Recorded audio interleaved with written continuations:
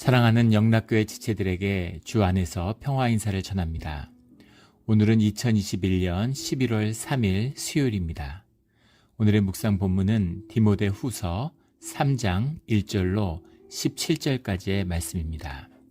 오늘 본문 말씀 3장 1절부터의 말씀은 이렇게 시작합니다. 너는 이것을 알라. 말세에 고통하는 때가 이르러. 말세라고 하는 말은 두 가지 의미가 있는데 우리 구약에서는 흔히 이제 종말, 메시아가 올 때 그 종말의 때에 앞선 것을 이제 말세라고 하죠. 종말이 오기 직전까지의 그 시기를 말세다라고 이야기합니다. 그리고 신약에서는 메시아가 온 이후에 그리스도 이후에 주님의 재림 때까지 그 재림의 때에 앞선 때까지가 이제 말세가 되는 거죠. 그 말세라고 하는 것은 공통적으로 고통의 때, 환난의 때, 시련의 때입니다. 그 말세에 고통하는 때가 이르러. 고통하는이라고 해석된 말이 이제 칼레포이라는 말인데 이 말이 이제 성경에 딱 두 군데 쓰이고 있어요. 또 한 군데 쓰이는 것이 우리가 알고 있는 마태복음 8장 28절에 나오는 귀신 들린 자, 위협하는 그 귀신 들린 자들 그때 그 위협하다라는 말이 이 칼레포입니다.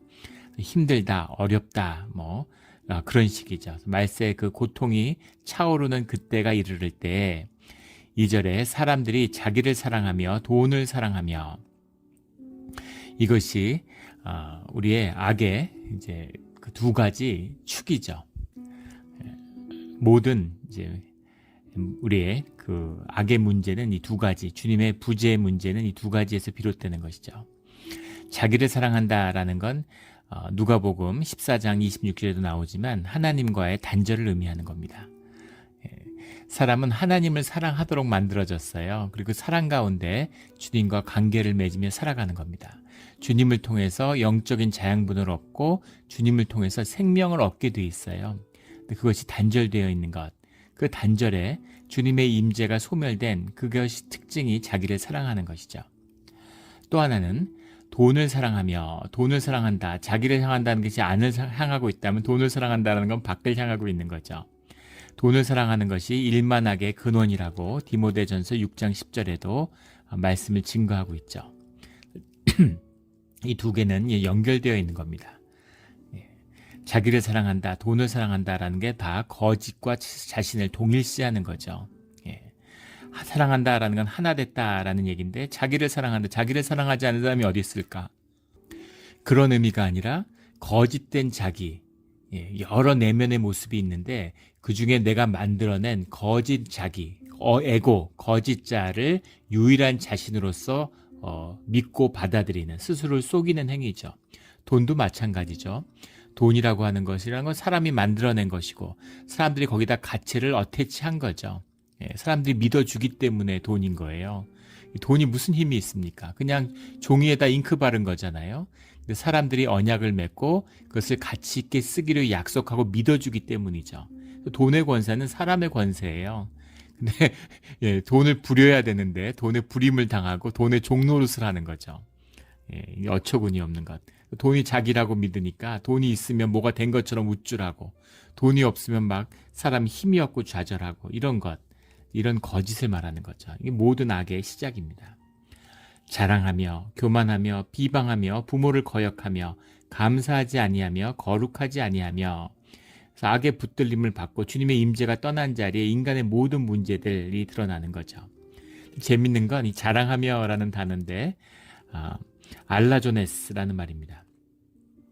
알라조네스가 이제 약을 판다는 의미예요. 근데 이게 자랑한다라는 뜻으로 이제 해석이 되는 거죠. 우리도 왜 한국말도 그런 말이 있잖아요. 약 판다고 막 너무 과장되게, 너무 거짓되게 이렇게 자랑하거나 뭘 이렇게 막 속이려는, 너무 터무니없이 이걸 뭐 높인다든가 약 팔지 말라고 그러죠. 근데 세대와 동서고금을 막론하고 같은 것 같아요. 그래서 약을 판다라는 약장사에서 비롯된 말이 이 아가조네스라는 말인데 자랑하다 이렇게 해석했습니다. 교만하며 비방하며라는 건 권위를 훼손하는 말이라는 뜻입니다. 무슨 저런 인간이 대통령이야 막 이런 식의 세상의 모든 권위를 조롱하고 비웃는 거짓 에고는 내가 주인이고 내가 왕이니까 다 우스운 거죠. 하나님이든 누구든 무슨 뭐 대통령이든 뭐 아무나 다 우스운 겁니다. 다 비방하고 회방하는 자들 이런 뭐 흔히 볼 수 있죠. 이런 모습들 부모를 거역하며 감사하지 아니하며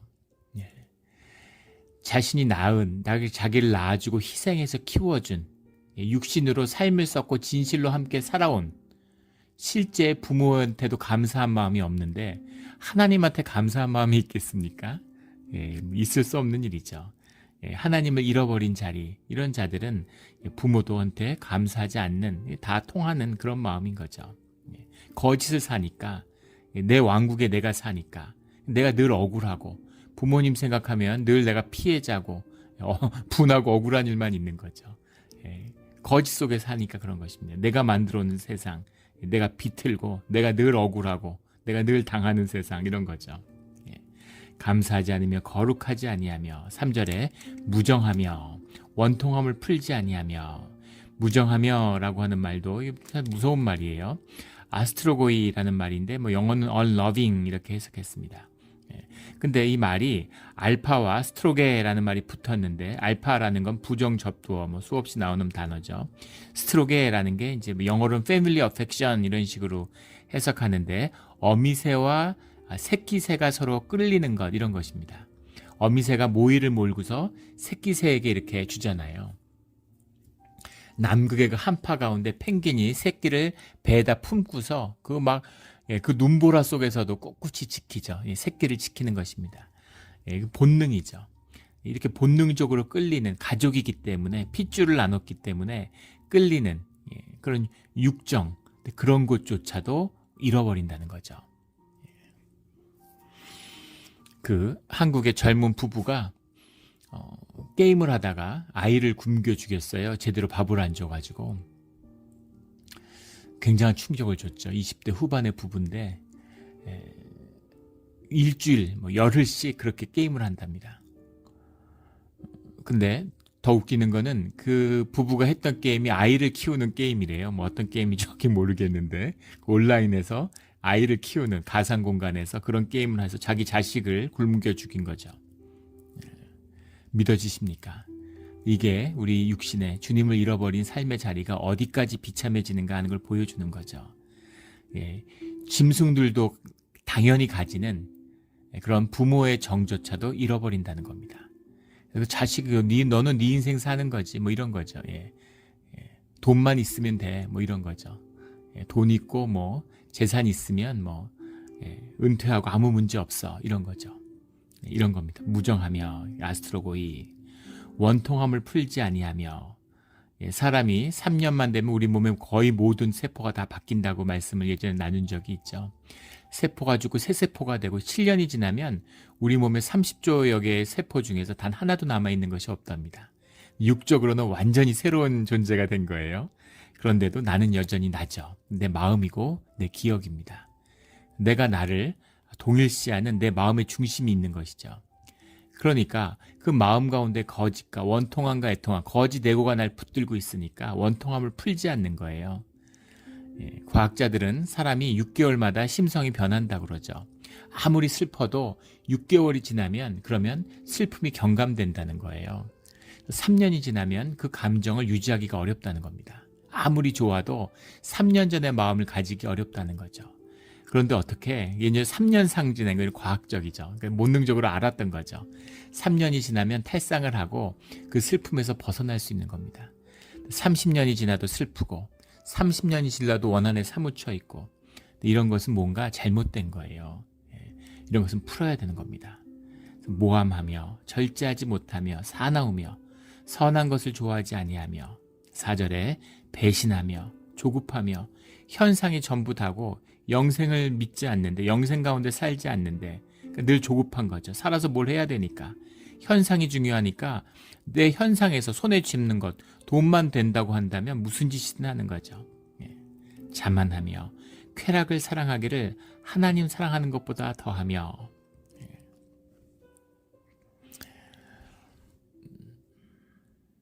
하나님을 사랑하는 것이 우리의 본성이에요. 하나님의 형상의 비밀입니다.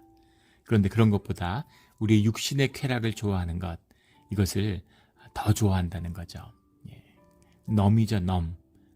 그 감각을 마비시켜서 왜 이런 일이 일어나겠습니까? 말세에 고통이 커져가는 거예요. 그 고통을 마주하거나 그것을 진실로 받아들일 수가 없는 것이죠. 그러니까 그 고통을 외면하기 위해서 자기를 넘을 시키는 거죠. 마비시키는 겁니다. 이게 에고의 역할이에요. 에고의 역할. 에고라는 것은 그 고통으로부터 자기 자신을 지키기 위한 방패 같은 거죠. 가면이에요. 근데 그 가면이 얼굴에 들러붙어서 그게 진짜 난주하는 거죠. 그 생명의 끈이 죽어버린 그런 존재가 되어버렸다는 겁니다. 이것이 이 모든 안에 영이 있는데 영이 연결되어 있지 않으니까 생명수가 있는데 물이 계속 연결되어 있어야 되는데 물이 고여 있으니까 그게 썩는 거죠. 썩어서 물이 썩기 시작하니까 모든 이런 무슨 조급하며 배신하며 자만하며 쾌락을 사랑하며 사나우며 절제하지 못하며 이런 모든 심성의 문제들이 우리 시몬에서 비롯되는 것입니다. 이것이 하나님과의 관계가 끊어진 인간의 모습이죠. 5절에 경건의 모양은 있으나 경건의 능력은 부인하니 종교 생활을 하고 있으니까 그러니까 겉으로는 안이 썩어가니까 그걸 감추기 위해서 회치를 하는 거죠. 더 종교가 썩을수록 더 홀리해지고 더 멋있어져요. 역사상 가장 화려하고 멋진 성전을 짓고 그리고 가장 아름다운 성가대가 있었던 시절 그것이 16세기의 가톨릭이죠. 가장 기독교가 부패하고 타락한 시기입니다. 근데 교회는 가장 멋진 건축, 성 베드로 성당 같은 걸 짓고 거세한 그런 사람들이 성가를 위해서 상상할 수 없는 이제 그런 어마어마했겠죠. 중요한 것은 그 본질에서는 주님을 잊어버렸다는 거죠. 그 능력이 없어요. 생명이 아니니까. 아무리 조화를 아름답게 만들어도 겉보면 너무너무 화려하고 아름답지만 그곳에는 벌도 나비도 날라들지 않죠. 가짜니까. 가짜인 겁니다. 모양은 있지만 능력이 없어요. 삶에 아무 능력이 없는 이게 오늘날 타락하고 부패한 기독교의 문제죠. 신앙의 능력이 없어서 믿음이 아무 문제를 해결해 주지 못해요. 신앙이 아무 삶의 힘이 능력이 되지 않습니다. 그러니까 삶이 조금만 어려워지면 다 교회를 떠나는 거죠. 아는 거죠. 이게 실제 삶에 도움이 안 된다는 걸 아는 거예요.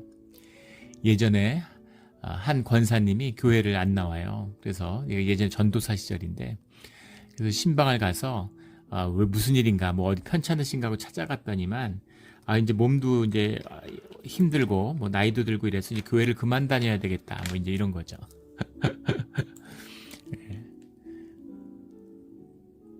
그런 얘기를 하시더라고요. 교회에서 태어나고 자라고 뭐 학생부부터 청년부 다 했는데 뭐 안 해본 게 없다는 거죠. 뭐 여신도회 회장 뭐 이런 것도 하고. 근데 문제는 뭐냐면 신앙이 없고 하나님을 만나지 못했다는 겁니다. 그게 본질이에요. 그러니까 수박을 껍데기만 핥은 거죠. 30년, 40년을 껍데기만 핥은 거예요. 그리고 아무 맛도 없네. 아무 단맛도 없고 그런 이제 그것도 어떻게 보면 종교 생활의 실제죠. 그래서 별거 없어. 교회 별거 없어. 이렇게 되는 거죠. 비참한 거죠. 음식이 없어 굶주리는 게 아니라 뷔페 식당에 와서 굶주리는 거예요. 비참한 거죠. 이렇게 종교 생활을 하니까 자꾸 무슨 교회에서 뭘 하려고 그러고 사람들한테 인정받고 뭔가 높임 받으려고 그러고 이벤트 하려고 그러고 뭐 사람들하고 뭐 이렇게 좀 엮어보려고 그러고 이렇게 되는 거죠. 이것이 거짓된 경건의 모양은 있으나 경건의 능력이 없는 본인도 구원받지 못하는데 남들이 구원받는 것도 막아야 교회 다 거기서 거기야 그냥 그런 거야 뭐 이렇게 하는 거죠. 예배의 기쁨, 예배의 소중함, 말씀의 소중함 이런 것을 만나지 못하는 경건의 모양은 있으나 경건의 능력은 부인하니 이 같은 자들에게서 내가 돌아서라. 그런 자들과 하나 돼 있어서는 안 된다라는 거죠. 교회라는 것은 경건하게 구별된 자들입니다. 세상과 나누어진 자들이에요. 오늘날은 교회가 완전히 세속화되고 무너져서 교회 안에서 구별되어야 되는 그 안에서 경건의 구별이 필요한 그런 시대가 되었죠. 지금 에베소 교회도 그런 모습들이 나타나고 있다는 거죠. 그래서 주님의 이름으로 주님 안에서 경건히 구별되어야 된다라는 것을 말씀하고 있는 겁니다. 6절에 그들 중에 남의 집에 가만히 들어가 어리석은 여자를 유인하는 자들이 있으니 그 여자는 죄를 중히 지고 여러 가지 욕심에 끌린 바 되어 항상 배우나 끝내 진리의 지식에 이를 수 없느니라. 남의 집에 가만히 들어가 어리석은 여자를 유인하는 자들 이러면 뭔가 성적인 범죄와 관련되어 있는 것처럼 보이지만 7절의 말씀에 보면 좀 이상하죠. 항상 배우나 끝내 진리의 지식에 이를 수 없느니라. 남의 집에 가만히 들어가 어리석은 여자를 유인하는 자들은 영지주의자들이죠. 이 영지주의자들은 그 당시 문화 자체가 사람을 선생을 초대하고 워낙 그릭 문화는 이제 지식을 추구하는 문화이기 때문에 교사나 배울 것이 있으면 그 사람을 집으로 초대해서 가르침을 받는 게 그때 세태고 유행이었다고 하죠. 그래서 뭔가 신비하고 뭔가 막 신령한 것 같으니까 집에 초대해서 진리의 지식을 배우려고 그래요. 그래서 그렇게 들어가서 사람들을 유인하고 묶는 거죠. 지금도 이단들 보면 이렇게 둘이 짝지어서 가가호 방문하잖아요. 그래가지고 이제 말씀을 나누고 싶다 이래서 들어가는데 그런데 이제 그런 사람들에게 이끌리는 여자들이 있다라는 겁니다. 항상 배우고 그런 걸 탐구하지만 끝내 진리의 지식에 이를 수 없다라는 거죠. 왜냐하면 참된 진리라고 하는 것은 주님께 있는 것이기 때문입니다. 그런 깊은 깊이에 다가가지 못한다는 거죠. 8절에 얀네와 얀브레가 모세를 대적한 것 같이 그들도 진리를 대적하니 이 사람들은 그 마음이 부패한 자요 믿음에 관하여는 버림받은 자들이라. 문제는 이들이 교회 가운데 있다는 겁니다. 교회 안에서 거짓 복음을 증거하고 그 주님의 말씀을 흐트리는 그런 일들에 열심히 있는 자들, 거짓 성경 교사들로 들어와 있다는 거죠. 근데 그들은 마음이 부패한 자들이다. 주님과 연결이 되어 있지 않고 생수가 흘러나오지 않으니까 마음이 부패할 수밖에 없는 거죠. 그리고 주님과의 관계에 있어서 그 믿음에 있어서는 이미 버림받은 자들이다라는 거죠. 얀네와 얀브레라는 이름은 성경에서 여기만 나오는 단어예요. 그런데 모세에 대적한 것 같이라고 하는 건 출애굽기 7장에 나오는 유다의 백성을 인도하기 위해서 모세가 애굽을 방문했을 때 바로 앞에서 그 이적을 보여주니까 그 바로의 모세에 맞서서 같이 이적을 막 이렇게 자랑했던 그 마술사들의 이름이 얀네와 얀브레였다고 하죠. 성경엔 나오지 않지만 유다의 전통, 유다의 구전 전통에 보면 또 많은 외경이나 기록에 보면 이 얀네와 얀브레 이름이 많이 나옵니다. 얀네와 얀브레라고 하면 유대의 전통 가운데서는 마술사들을 상징하는 말이죠. 예. 우리 데이비드 카퍼필드 이런 사람 있죠. 예, 마술사의 상징이죠. 21세기의 마술사에 지금은 이제 나이 들어서 힘을 잃은 것 같은데 대단했죠. 한 20년, 30년 전만 해도 대단했던 그런 마술사였죠. 그 시대의 마술을 하면 이제 얀네와 얀브레인 거죠. 마술이라는 건 본질적으로 엄청나 보이지만 이제 속이는 것이죠. 예, 속이는 능력입니다. 근데 그 속이는 능력을 가진 자들, 얀네와 얀브레가 얼마나 대단했겠어요. 황실을 들고 흔들고 세상에 절대적인 영향을 행사하는 자들입니다. 이들이 능력이 아주 없고 본질적으로 속인다라는 의미지 능력이 없는 것도 아니에요. 마귀에게 붙들려 있기 때문에 마귀의 권세가 함께하고 있는 겁니다. 예전에 주님을 영접하기 전에는 사주 보고 점 보고 이런 거 저도 좋아했어요. 제가 동양학을 하다 보니까 이렇게 그런 식으로 연결이 돼서 그런 사람들도 만나고 그랬습니다. 신내림 받은 사람들, 이런 사람들 보면은 그런 무슨 굿하는 거 이런 거 전승 이런 걸 연구하는 같이 공부하는 분들 중에 이제 그런 걸 아예 전공해서 논문을 쓰는 사람이 있어서 따라다니면서 이제 그런 무형 문화재 이런 거 보는 거 따라다닌 적도 있고 그런 거 수집하는 거를 같이 한 적도 있습니다. 그런데 이제 신들리면 작두위를 타잖아요. 맨발로 사람이 보통 여성이지만 그래도 한 5, 60kg 할 텐데 작두위에 사과를 올려놔도 두 쪽이 나는데 막 뛰는데 상처 하나 없어요. 그리고 점을 보면 진짜 귀신같이 맞춥니다. 예. 과거의 일은 들어보면 미래의 일도 얘기하는데 미래의 일은 다 틀리는 것 같아요. 근데 과거의 일은 귀신이 다 아는 거죠. 근데 그 본질은 무엇이냐면 믿음에 관하여 버림받은 자들이다라는 겁니다. 버림받았어요. 주님 안에서 희망이 없는 자들입니다. 마귀에게 속한 자들이죠. 9절에 그러나 그들이 더 나아가지 못할 것은 저 두 사람이 된 것 같이 그들의 어리석음이 드러날 것임이라. 결국 주님에 떠나 있고 현상세계에 속이는 권세잖아요. 본질은 그것입니다. 현상을 쥐락펴락하고 현상에서 뭘 만드니까 그것이 이적 같고 대단해 보이지만 그것은 다 죽음과 함께 소멸되는 이 현상적인 차원에 머무는 것일 뿐이라는 겁니다. 그래서 마지막 때가 되고 우리 진실의 때가 되면 그 모든 거짓은 다 드러날 수밖에 없는 거죠. 돈의 권세가 얼마나 커요. 세상에서 제일 커 보이는 게 돈의 권세죠. 근데 죽음의 앞에 서면 돈이 무슨 의미가 있습니까? 돈으로 죽음 앞에서 뭘 할 수가 있어요? 생명 앞에서 뭘 할 수가 있습니까? 그런 거죠. 그 능력이 없다는 게 아무 능력이 없다는 게 아니라 엄청난 능력이 있어 보이고 그게 진짜 능력 같지만 결국은 아무것도 아니다라는 거죠. 현상에 속한 현상의 것일 뿐이다라는 겁니다.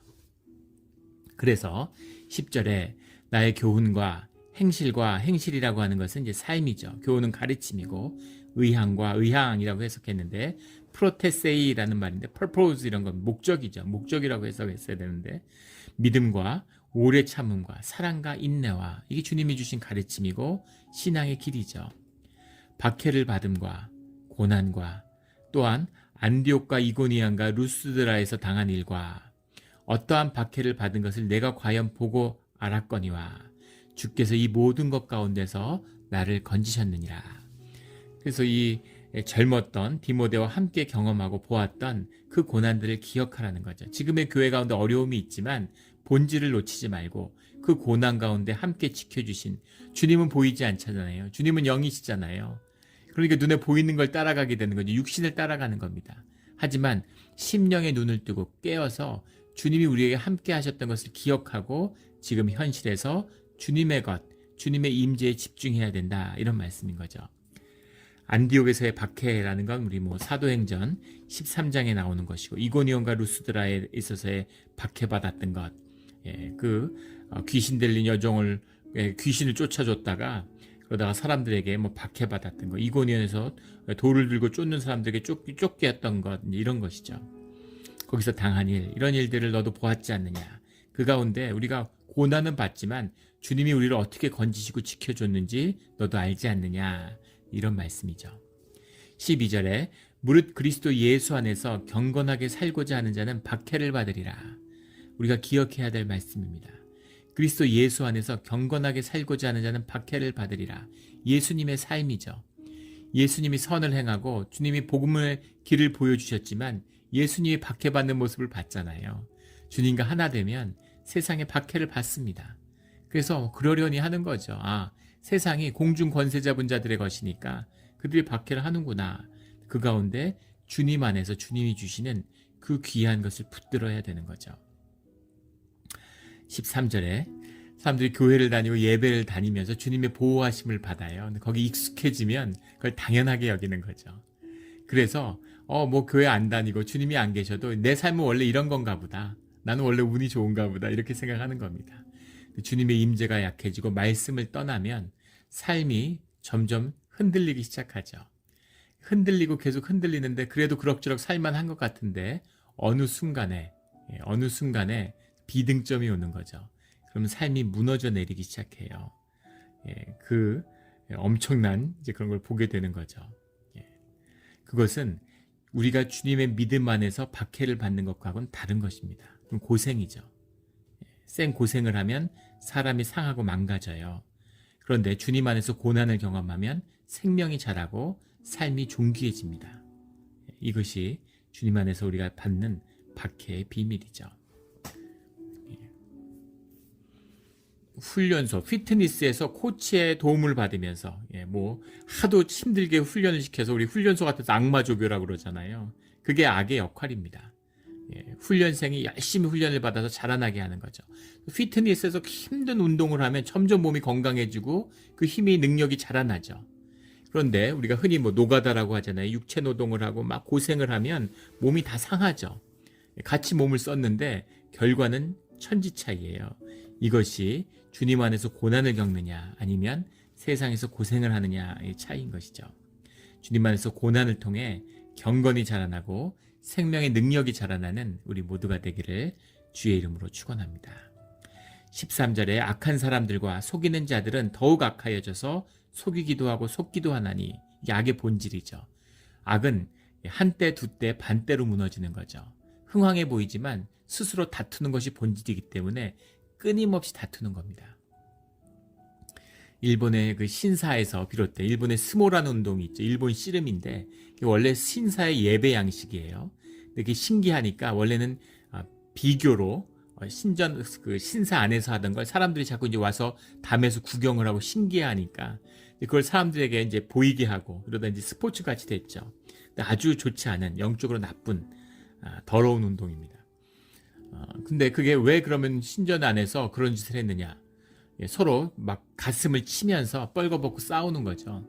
근데 그걸 귀신들이 보고 기뻐한다는 거 아니에요? 귀신들이 제일 좋아하는 게 이제 기뻐하는. 우리가 그런 말 하죠. 불구경, 싸움 구경이 세상에서 제일 재밌다고. 우리 안에도 악한 죄성이 있는 거죠. 그런 걸 보면 좋아하는 게 있는 거예요. 말이 됩니까? 북구 유럽 이런 데서는 권투 같은 거 다 불법이죠. 근데 권투 막 UFC 이런 걸 해갖고 막 피를 철철 흘리면서 쇠창살안에 사람을 가둬놓고 싸우고 걔도 그렇게 하면은 처벌받는데 사람들이 그렇게 치고받고 피를 흘리는 걸 보고 그걸 좋아하고 열광하고 막 그래요. 뭐 이종 격투기를 하고 이번에 뭐 그 큰 며칠 전에 뉴스에서 이제 하다가 점점 더 자극적인 걸 추구하니까 남녀 격투기 선수가 이성 격투기를 하는 거죠. 근데 그 싸움이 되겠습니까? 그러니까 막 그 여자가 막 두드려 맞아갖고 남자 선수한테 피투성이가 돼갖고 이게 뭐냐 이러고 막 그 불만이. 근데 그런 걸 보고 싶어하고 그런데 호기심을 느끼고 그런 자극적인 것을로 이제 도움을 받는 이 악한 이런 뿌리가 세상 가운데 있는 것이죠. 그래서 서로 속고 속이고 다투는 것 이게 악의 본질인 것이죠. 지금 뭐 미국의 페이스북이라는 회사가 큰 위기에 처해 있습니다. 이름을 메타로 바꿨죠. 지금 상원, 뭐 하원 할 것 없이 미국 연방 정부의 조사를 받고 있어요. 그 안에 있는 한 직원이 그 양심 선언을 했죠. 내부자 고발을 했습니다. 그 안에 알고리즘이라는 것이 그 페이스북에 있는 메시지나 뭐 여러 가지 뉴스들을 전달하는데 나쁜 뉴스, 악한 뉴스 이런 것 청소년한테 해가 되고 이걸 다 안다는 거죠. 근데 점점 더 악한 뉴스들, 과격한 얘기들, 가짜 뉴스들을 알고리즘이 띄우도록 그렇게 설계가 돼 있다는 겁니다. 사람들을 더 묻고 자극하기 위해서. 그래서 페이스북이 미국 사회를 이렇게 양극화시키고 인종주의를 더 강화시키고 차별을 더 강화시키고 갈등을 조장하는 그런 역할들을 사실은 기획하고 의도해서 했다라는 걸 폭로했죠. 그래서 페이스북과 같은 SNS의 역할 때문에 미국의 주변에 있었던 말도 안 되는 터무니없는 음모론, 뭐 터무니없는 그런 인종주의적인 것, 뭐 백인 우월주의 이런 것이 미국의 메인스트림으로 들어오고 사람들의 주된 관심이 되도록 만드는 결정적인 역할을 했다라는 것을 폭로했습니다. 너무나 사악한 거죠. 돈을 벌기 위해서 그런 짓을 하는 거죠. 이것이 악의 본질입니다. 악이 세상에서 하는 일이에요. 그런 일들이 사람을 꿰는 거죠. 지금 누가 무슨 성경교사가 집에 찾아다니면서 사람을 꿰는 게 뭐가 있겠어요. 인터넷으로 SNS, 페이스북 이런 거 보면서 인스타그램 뭐 이런 거 보면서 스스로 거기 빠져드는데 오늘날 그런 것을 끊어라. 그 안에 진리가 없다. 이런 주님의 말씀인 거죠. 14절에 그러나 너는 배우고 확신한 일에 거하라. 너는 내가 누구에게서 배운 것을 알며 또 어려서부터 성경을 알았나니 성경은 능히 너로 하여금 그리스도 예수 안에 있는 믿음으로 말미암아 구원에 이르는 지혜가 있게 하느니라. 성경이라고 해석했는데 히에라 그라마타라는 말입니다. 히에라라는 게 이제 세이크리드 이런 말이고 그라마타라는 게 글씨 라이팅이죠. 아주 성스러운 글씨 이런데 구약을 의미하는 거죠. 아직 우리가 읽는 이 성경이 신약이 이제 완성되지 않은 것이기 때문에 성경이라고 해석했지만 이것은 구약을 말씀을 의미하는 겁니다.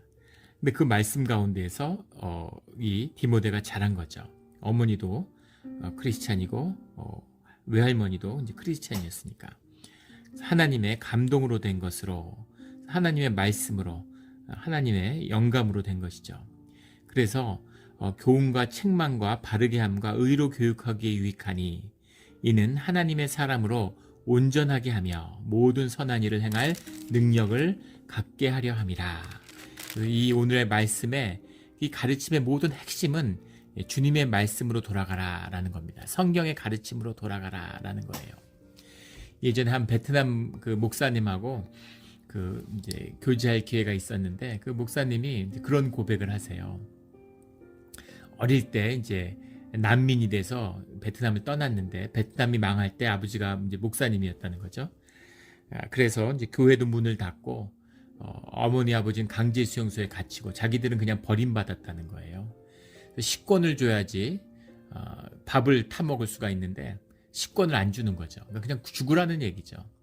그래서 이제 하방을 해서 시골에서 농사 지으면서 근데 거기서도 이제 다 배고프니까 그 타작하지 않는 나달 같은 걸 밤에 다니면서 이렇게 떼가지고 그거를 먹고 근데 진짜 죽을 뻔했다는 거죠. 동생들은 공장에서 일을 했는데 나이 어린 동생들 그러니까 정말 비참하고 정말 그때는 굶어 죽나 죽지 않나 이런 두려움 속에 살았다는 거예요.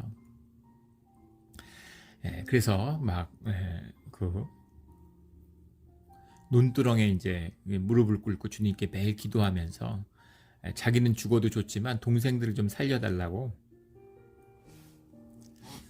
그렇게 기도했다는 겁니다. 근데 세월이 지나서 참 신기하게도 또 베트남을 떠날 수 있게 되고 뿔뿔이 흩어졌던 가족들이 다시 모이고 미국에 정착했는데 다 공부하고 본인도 박사학위까지 받고 학생들을 가리키고 그 뭐 좋은 집에 살고 뭐 참 뭐 잘 먹고 잘 살고 얼마나 풍요로움 가운데 누리며 살아가는지 그래서 참 감사함이 말할 수가 없다는 거죠. 그래서 어떻게 이럴 수가 있었을까? 근데 정말 비참한 사람도 많고 정말 이제 그런 사람들도 많이 봤는데 길에서 죽어 있는 사람들도 많이 보고 근데 주님의 은혜에 정말 감사한 거죠. 왜 나를 구해주셨는지 그 주님의 은혜일 뿐이죠.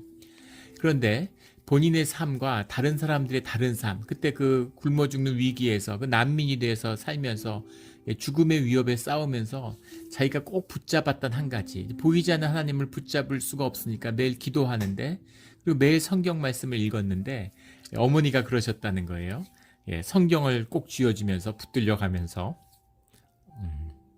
이게 네 생명을 구한다.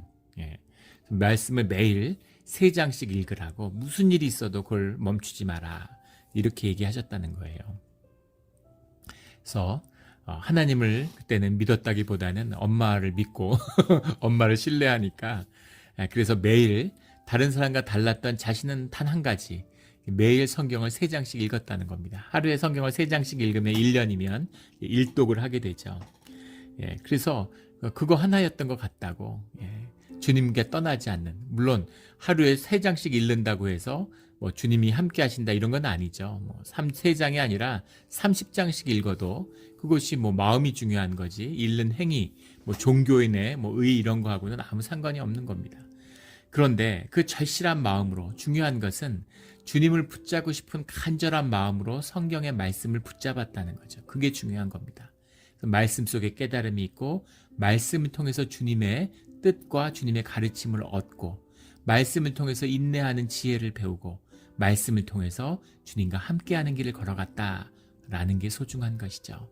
그래서 디모데에게도 주는 그 모든 실제적인 가르침과 지혜 가운데서 그 본질 가장 마지막에 주는 가르침은 말씀에 거하고 주님의 말씀 속에서 네가 자라지 않았느냐 말씀을 붙들어라 라는 거죠. 오늘 우리에게 주시는 주님의 말씀입니다. 삶에 많은 어려움이 있어요. 그러나 말씀을 붙들고 주님 안에서 말씀을 따라가면 모든 일들을 다 지나가는 것일 뿐입니다. 우리가 그것을 통해서 삶의 능력이 자라나며 주님의 능력을 경험하는 일들을 경험하게 되겠죠. 오늘 하루도 그럴 것입니다. 오늘 묵상 가운데 주님의 말씀을 그 깊은 뜻을 새롭게 만나는 거기서 시작하는 오늘 하루가 되기를 예수 그리스도 이름으로 축원합니다. 아멘. 함께 기도드리겠습니다. 하나님 아버지 감사합니다. 귀한 말씀을 주셔서 우리가 말씀을 먹고 살아갈 수 있게 해주신 것 감사합니다. 삶의 어려움과 이해할 수 없는 어려운 일들이 많이 있습니다. 왜 이런 일들이 있는지 어떻게 해야 되는지 우리가 알지 못합니다. 그러나 주님이 함께하고 계시오니 우리가 말씀을 먹고 묵상하고 주님을 따라가는 가운데 주님의 능력이, 믿음의 능력이 우리의 삶을 주관하여 주시기를 원합니다. 감사드리며 예수 그리스도 이름으로 기도드렸습니다. 아멘.